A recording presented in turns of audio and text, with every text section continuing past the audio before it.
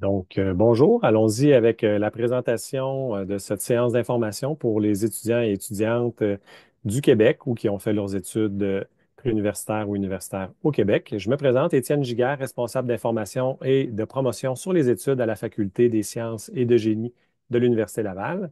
Aujourd'hui, pour cette présentation, je suis accompagné de mes consoeurs à la gestion des études, Madame Nancy Duchesneau, ainsi que Anne-Sara Daigle-Martin, qui est ma collègue à titre également de responsable d'information et de promotion sur les études. Elles m'aideront à répondre aux questions que vous aurez en fin de présentation. Donc, je profite aussi pour préciser ce que j'ai dit en entrée de jeu tantôt, que cette webconférence s'adresse spécifiquement aux futurs étudiants et étudiantes qui ont fait leurs études ici au Québec et que si vous êtes de l'international, que vous avez fait vos études préuniversitaires ou universitaires de premier cycle à l'international, on a une belle webconférence qui va être présentée ce vendredi, le 29 novembre, de midi à 13h30, heure du Québec. Vous avez le lien dans le clavardage qui vient d'être replacé à nouveau.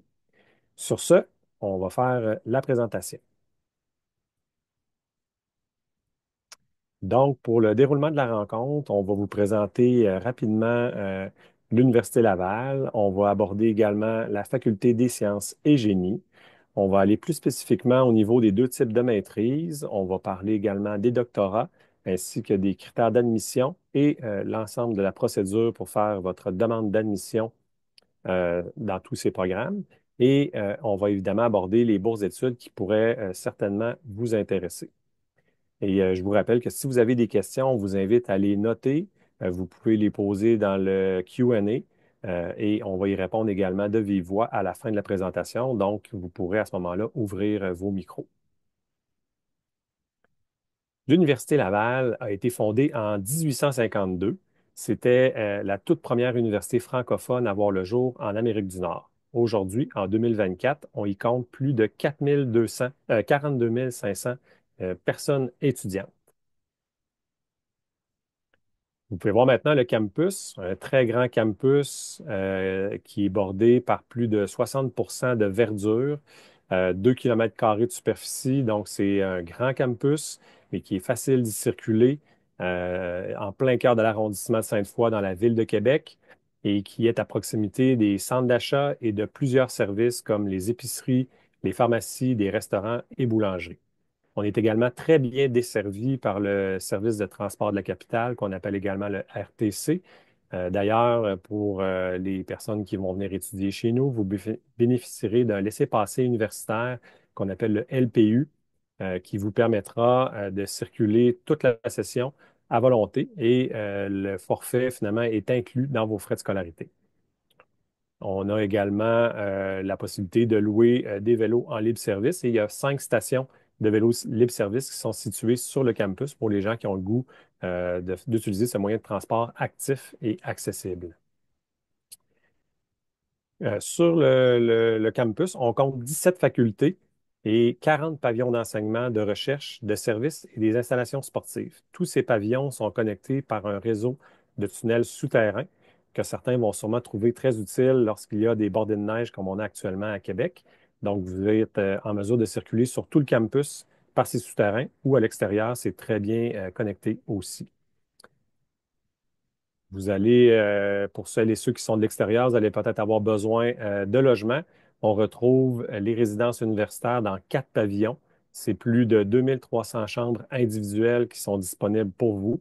Si vous êtes intéressé d'y habiter pour l'automne 2025, sachez que la demande doit se faire cet hiver. On vous invite à surveiller sur le site des résidences le formulaire qui va être disponible cet hiver. Donc, même si vous n'avez pas eu votre réponse d'admission, ce serait prudent quand même de faire une demande si c'est dans vos projets de demeurer sur l'une ou l'autre de nos résidences étudiantes. On a également nos pavillons d'enseignement. Donc, on a 3 pavillons d'enseignement pour la Faculté des sciences et de génie. On a, vous avez les petites lettres finalement, on a le PLT, donc le Pouliot. Ce pavillon-là, c'est le pavillon pour les cours de génie. Le VCH, c'est le pavillon Alexandre Vachon, donc tous les cours de sciences s'y donnent. Et le COPL, c'est le Centre d'optique, photonique et laser. Maintenant, la faculté, un peu plus précisément au niveau des chiffres. 12 départements, une école, l'école d'actuariat. On a 8300 étudiants et étudiantes inscrites à la Faculté des sciences et génies cet automne. On a plus de 6700 de ces étudiants-là qui sont au premier cycle et 1600 étudiantes et étudiants au deuxième et troisième cycle qui se retrouvent dans 99 programmes sur les trois cycles. On a plus de 300 membres du corps professoral et chargés d'enseignement qui sont là pour vous offrir les cours et vous accompagner au niveau de la recherche.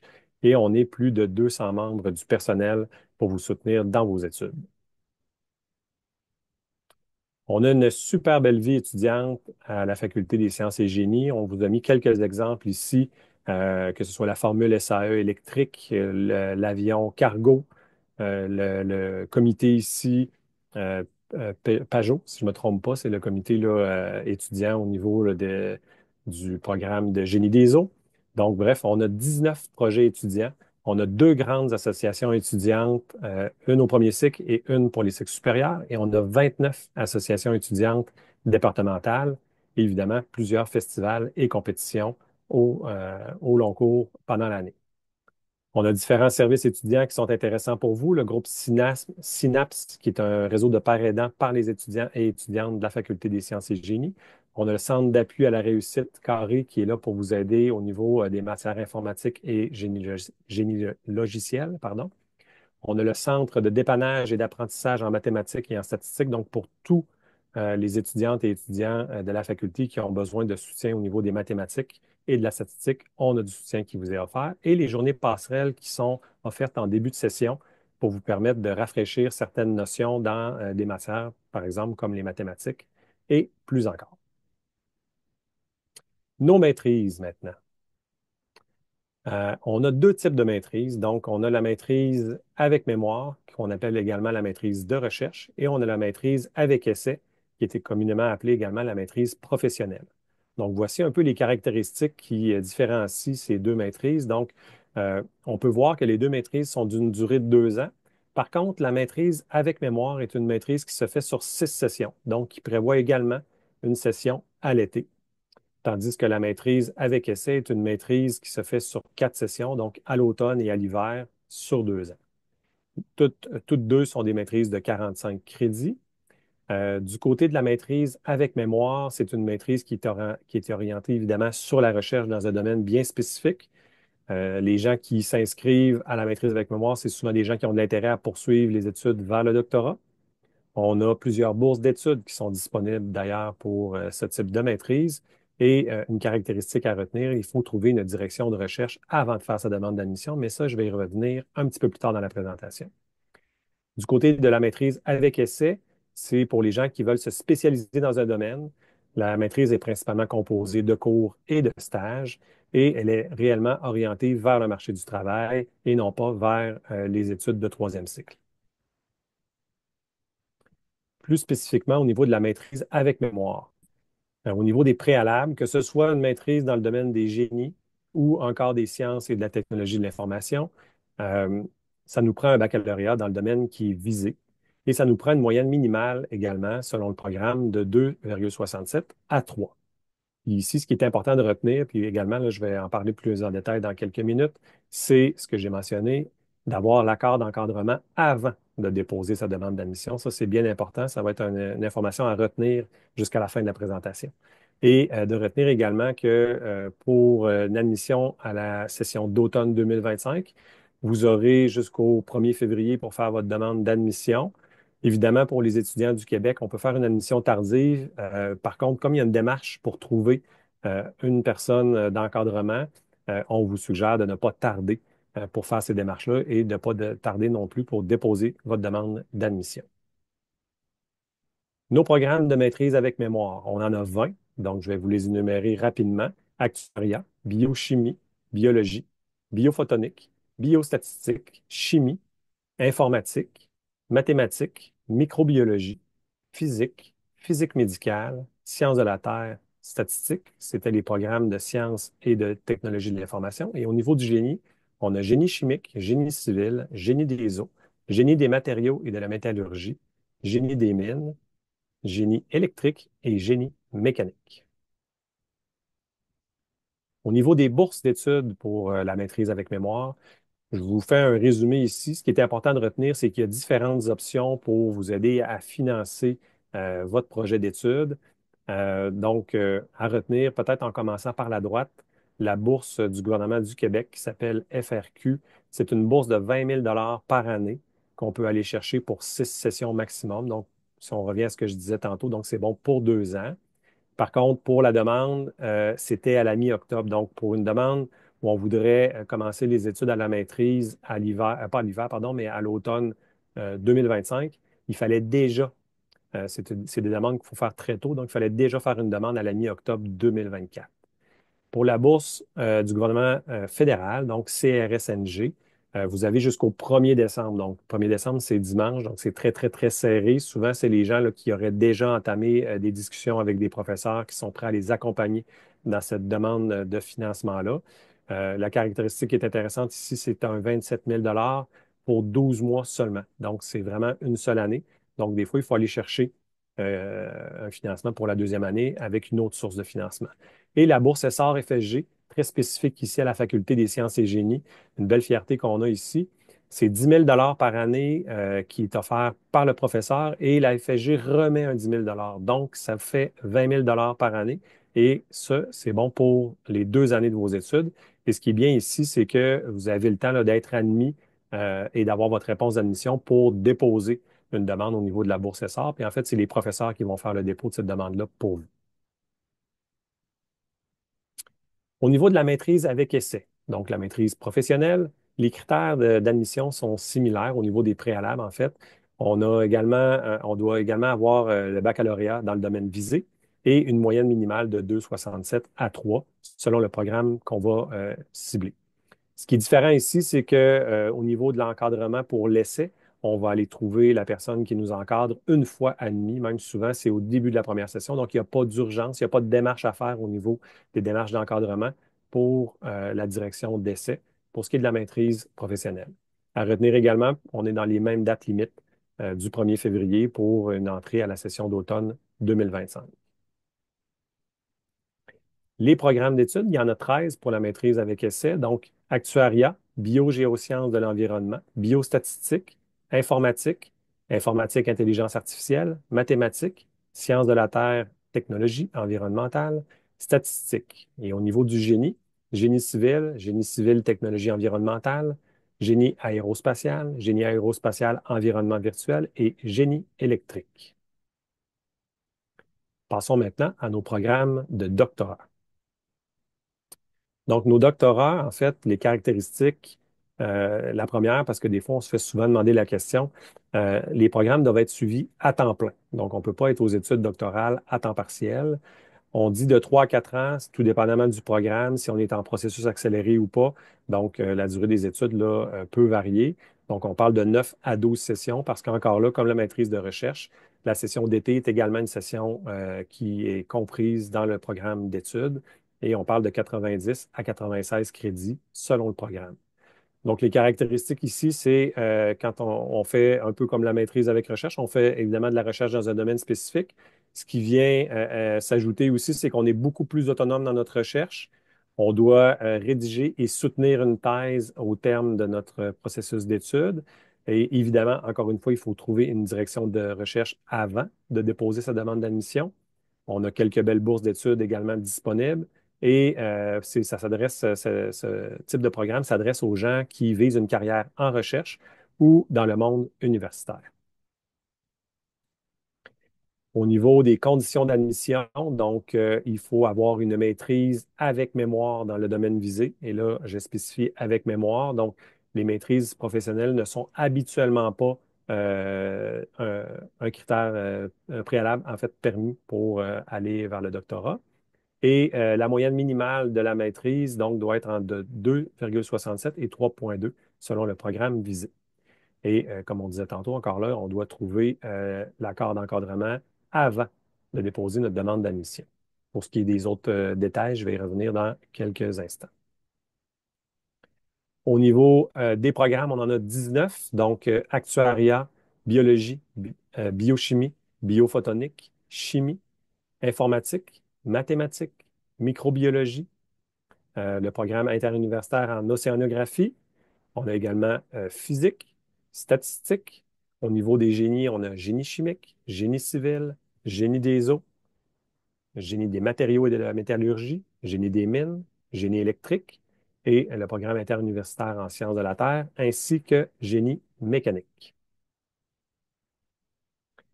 Au niveau des bourses d'études, c'est les mêmes bourses que j'ai mentionnées un peu plus tôt. Les montants sont un peu différents, les dates ne sont pas tout à fait les mêmes. Ce qu'il faut retenir, c'est que malheureusement, pour FRQ et CRSNG, les dates sont déjà échues. Par contre, au niveau des bourses ESSAR de la Faculté des sciences et génie, la date limite sera fin mars 2025. Donc, les montants ici sont un peu différents, évidemment, puisqu'on est aux études doctorales. Donc, voilà. Allons-y avec les démarches d'admission. Donc, pour les gens qui sont intéressés avec la maîtrise avec mémoire et le doctorat. Donc, pour la maîtrise professionnelle, on en a parlé un peu tantôt, les démarches sont un petit peu plus simples. On va aller un petit peu plus en détail pour les deux programmes, les deux types de programmes mentionnés. Donc, la première des 5 étapes, on vous suggère fortement de vous renseigner sur la recherche à la Faculté des sciences et génie. Donc, la première chose, c'est d'aller identifier le domaine de recherche qui vous intéresse. Donc, on vous invite à consulter, entre autres, l'index des classes et des domaines de recherche qui vous permet de partir, je dirais, votre recherche un peu plus large et d'aller fouiller un peu pour voir si dans les domaines de recherche qu'on offre, s'il y a des domaines qui vous intéressent.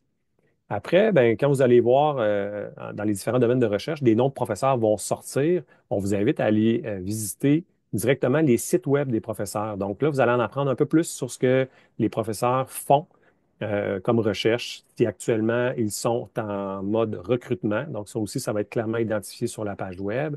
Et vous allez pouvoir également consulter les différentes publications. Une belle façon de se renseigner un peu plus précisément sur les membres du corps professoral qui vous intéressent. Après ça, on vous invite à vous questionner sur certains éléments qui ont attiré votre attention. Donc, est-ce que ils sont les professeurs qui ont attiré votre attention, est-ce qu'ils sont proches de vos préoccupations de recherche à vous? Connaissez-vous des personnes étudiantes qui sont déjà dans leurs équipes de recherche? Est-ce que vous savez comment fonctionne leur laboratoire? Est-ce qu'ils sont effectivement en période de recrutement? Ou encore, est-ce qu'ils ont spécifié qu'ils ont du financement de disponible? Donc, c'est des éléments intéressants de savoir avant de commencer vos démarches de contact auprès des professeurs. Prochaine étape, ce qu'on vous suggère, évidemment, c'est d'aller spécifier votre programme d'études parce qu'un professeur peut enseigner ou peut faire de la recherche dans plus qu'un programme d'études. Donc, ce sera important d'aller sélectionner le bon programme d'études et d'aller vérifier dans la section conditions d'admission le diplôme ou les diplômes exigés, la moyenne de cheminement minimale requise, ainsi que la scolarité, si jamais il y avait de la scolarité préparatoire, qu'est-ce qu'on pourrait demander comme scolarité préparatoire et de toujours être attentif, attentive aux dates limites pour déposer votre demande d'admission. Cette diapo-là est probablement l'une des diapos les plus importantes. Donc, s'il y en a qui veulent faire un imprime-écran, je vous invite à le faire. Sinon, vous pouvez aller sur notre page web dans l'onglet Études, Recherche. Vous allez trouver cette information-là. Donc, il y a 4 éléments super importants pour bien préparer votre communication auprès des membres du corps professoral. Donc, la première, c'est la lettre de motivation qui se veut courte et accrocheuse. On vous a mis, on va vous mettre dans le clavardage là, la mémoire, si je ne me trompe pas. Sinon, vous allez le trouver sur notre page web. Donc, la lettre de motivation, rapidement, on va, on veut qu'elle attire l'attention. C'est votre élément de vente. Donc, vous allez d'abord être clair sur le programme visé. Vous allez parler de vos études antérieures. Vous allez nommer vos motivations, évidemment en faisant un lien avec vos expériences de recherche et le projet de recherche visé. Donc, vous pouvez également parler un peu de vos compétences au niveau de la rigueur scientifique, vos capacités à communiquer, votre esprit d'analyse, de synthèse et votre autonomie en contexte de recherche et de laboratoire. On peut également parler de la qualité du dossier scolaire, mais vous allez quand même joindre le relevé de notes, donc ils vont pouvoir consulter également ces documents. On vous suggère d'utiliser des phrases courtes. On vous suggère également d'utiliser des marques de politesse simples et de ne pas trop en mettre. Donc, des fois, les gens vont vouloir être très polis et vont ajouter des mots, des superlatifs qui sont un peu inutiles. Donc, allez-y brièvement et de façon polie, ça sera suffisant. Et personnalisez évidemment votre communication. Donc, l'entête de lettre s'adresse à une personne spécifique. N'adressez pas cette lettre-là à tous les professeurs avec lesquels vous voulez communiquer, soyez personnalisé dans votre approche. On vous demande évidemment de fournir également, de préparer des relevés de notes et de les fournir. Donc, ils doivent être lisibles et complets. Donc, assurez-vous de la qualité du document numérisé. Habituellement, un format PDF convient bien. Donc, assurez-vous là, qu'ils sont faciles à consulter et bien identifiés. Le curriculum vitae est également un élément important à joindre. Donc, le CV, habituellement, tout le monde en a un. Le CV qu'on veut ici, un CV qui est un peu plus orienté recherche. Encore là, on vous suggère là, avec le guide de rédaction du CV certains éléments. Ce qu'on veut peut-être aujourd'hui attirer votre attention, on se rappelle que dans un CV, on ne met pas votre photo, on ne met pas de date de naissance. Ça, c'est des éléments importants à ne pas donner. Ce qu'on va mettre de l'avant, c'est évidemment votre formation, les diplômes, si vous avez fait de la formation continue qui est particulière dans votre domaine. Vos implications également, si vous avez fait des stages d'été, si vous êtes membre ou si vous êtes impliqué dans votre exécutif syndical, d'association, pas syndical, pardon, association étudiante, si vous avez participé à des conférences. Donc, toute implication que vous jugez pertinente, importante, on vous suggère de les mentionner dans le CV. Les expériences d'emploi, c'est intéressant aussi, mais c'est quelque chose qui peut se retrouver un petit peu plus bas dans la page. Et en terminant, si vous avez reçu des bourses, des mérites scolaires, vous pouvez également les mentionner, c'est intéressant. Si jamais vous avez également fait des publications, on va les mettre en référence, mais on ne mettra pas dans le CV les références qui sont le point D là, que je vais aborder dans un instant. On ne veut pas les avoir dans le CV. Au niveau des références, on veut les avoir sous forme de rapport d'appréciation. Le rapport d'appréciation, c'est un document qui est préformaté par l'Université Laval. C'est un format standardisé qu'on veut retrouver au niveau des références. Donc, on va vous demander d'utiliser ce document-là que vous allez envoyer à vos référents, à vos répondants, en fait. Donc, ces gens-là peuvent être des professeurs, des directions de recherche, ça peut être un employeur, ça pourrait également être un superviseur de stage. Par contre, ça ne peut pas être un autre étudiant ou un collègue de travail. Ça ne peut pas être non plus un parent, évidemment, et un ami. Donc, on veut y aller avec des contacts là, qui sont des gens qui sont capables finalement d'apprécier euh, soit vos antécédents scolaires ou encore votre capacité dans un contexte de recherche ou encore certaines réalisations en stage ou des compétences transversales que vous avez acquises en emploi. Et ne vous inquiétez pas, le rapport est sur 2 pages, mais très simple à remplir. En fait, il y a une partie, c'est plus les informations nominatives et il y a un petit tableau finalement avec des sections avec une pondération finalement et il y a une zone commentaire où là, la personne pourra en donner un petit peu plus pour parler de vous finalement. Donc, ce sont les 4 éléments à bien préparer avant votre communication. Une fois que c'est prêt, ben, vous pouvez communiquer avec le membre du corps professoral avec lequel vous voulez communiquer. Si vous avez envie de communiquer avec plus d'une personne, on va vous demander de faire des courriels personnalisés pour chaque personne. Donc, dans le courriel, on veut un objet, donc un titre finalement qui est évocateur et précis. Donc, par exemple, si c'était pour une demande d'encadrement, disons, à la maîtrise en biologie, ben, le titre pourrait tout simplement être Demande d'encadrement à la maîtrise en biologie avec mémoire. Si vous avez un domaine de recherche encore plus spécifique, vous pourriez le mettre dans le titre ou encore dans le message d'introduction du message. Donc, on ne reproduit pas la lettre de motivation dans le courriel. Vous allez la joindre en pièce jointe. Vous allez évidemment joindre tous les documents qu'on vient d'aborder. Donc, le courriel se veut très court, se veut clair. On remet nos coordonnées dans le courriel si jamais, pour différentes raisons, certains documents n'avaient pas été attachés, que la personne ne réussit pas à les voir, donc elle pourra communiquer facilement avec vous. Une fois que tout ça est bien envoyé, soyez patient, patiente. Donc, donnez-vous une dizaine de jours ouvrables, ça veut dire environ 2 semaines. Donc, c'est la période des fois que ça peut prendre là, pour les professeurs qui sont assez occupés pour faire le tour de leur boîte courriel et prendre le temps de regarder votre message. Si jamais vous n'avez pas eu de communication de la part du ou des professeurs que vous avez envoyé des messages, on vous invite à faire une relance après 2 semaines. Donc, une relance, on va prendre le même message, on va répéter la même chose, on peut le titrer différemment, on peut ajouter rappel, relance ou dans le premier paragraphe, on spécifie que ceci est une relance suite à mon message du 15 septembre dernier, par exemple. Donc, on va tout simplement reproduire la même information et on l'envoie à nouveau. Donc, par contre, sachez que malgré que vous pouvez avoir un excellent dossier de candidature qui est très bien préparé pour attirer l'attention de bien des professeurs, peut-être que pour différentes raisons, votre demande va rester sans réponse. Les motifs peuvent être multiples. Ça peut être parce que le professeur a atteint son nombre de candidats-candidates. Ça peut être parce que votre profil ne correspond pas au profil recherché pour l'équipe de recherche pour lequel il y avait des places disponibles. Donc, il peut y avoir plein de raisons et qui font que malheureusement, vous n'aurez peut-être pas de réponse. Donc, si c'est le cas, ben, vous pouvez relancer peut-être, ou en fait, redémarrer des démarches avec d'autres professeurs, mais sachez qu'après une relance, peut-être deux, si vous n'avez pas de réponse, c'est peut-être qu'il n'y aura pas de réponse subséquente à votre demande. Si la réponse est positive, ben là, on veut déposer notre demande d'admission. Donc, la dernière étape, ça se veut le dépôt de la demande d'admission. Donc, vous avez le portail. Donc, on va, je crois, vous replacer sinon le lien dans le clavardage. Donc, monportail.ulaval.ca. C'est le lien pour aller créer votre compte d'abord pour la demande d'admission et après, vous suivez les étapes. C'est très simple.